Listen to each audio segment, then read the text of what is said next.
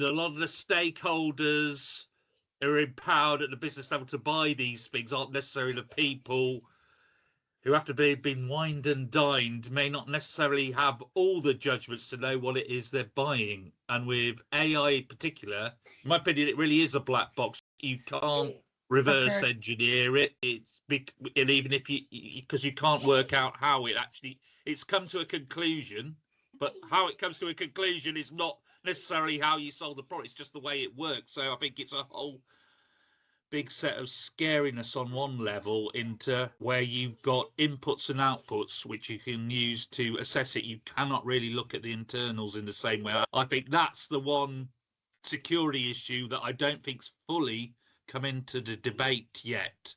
And that worries me because I think people are going to get bitten badly at some point.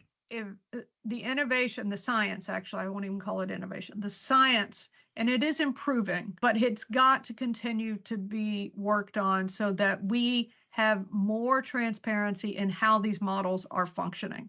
Because right now we don't know.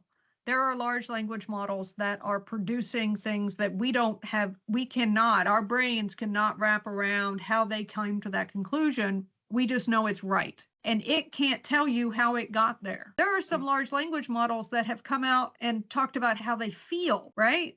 Which is crazy. But then when you push them on that, you enter a prompt that says, hey, wait a minute, you just said you felt something.